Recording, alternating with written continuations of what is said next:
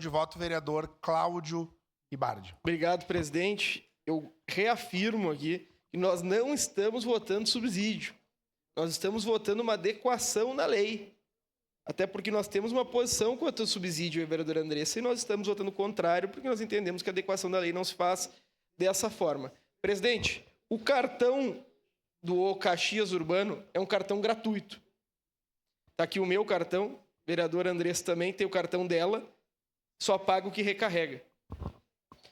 Nós votaremos não por entendermos que a disposição do projeto de lei número 220 causa exclusivamente desgaste político a essa Casa Legislativa, que não há necessidade. Já houve autorização da transferência de um valor de 3,5 milhões de reais através de legislação ordinária aprovada por essa Casa Legislativa, presidente. Não há necessidade de nós sermos novamente reféns da burocracia da Prefeitura.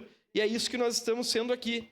Simplesmente desejando uma adequação e causando desgaste político. Por isso, a bancada do PCdoB, que entende que o investimento no transporte público não se limita exclusivamente ao transporte público urbano, que tem que haver investimento em ciclovia, que nós temos que pensar em investimento no multimodal, vereador Wagner, que nós temos que fazer investimento para garantir que as pessoas cheguem em casa de forma mais rápida, vota não hoje, porque era uma simples alteração no artigo 11 da legislação que eu anteriormente citei, poderia promover a autorização do pagamento da VISAT. Obrigado, presidente.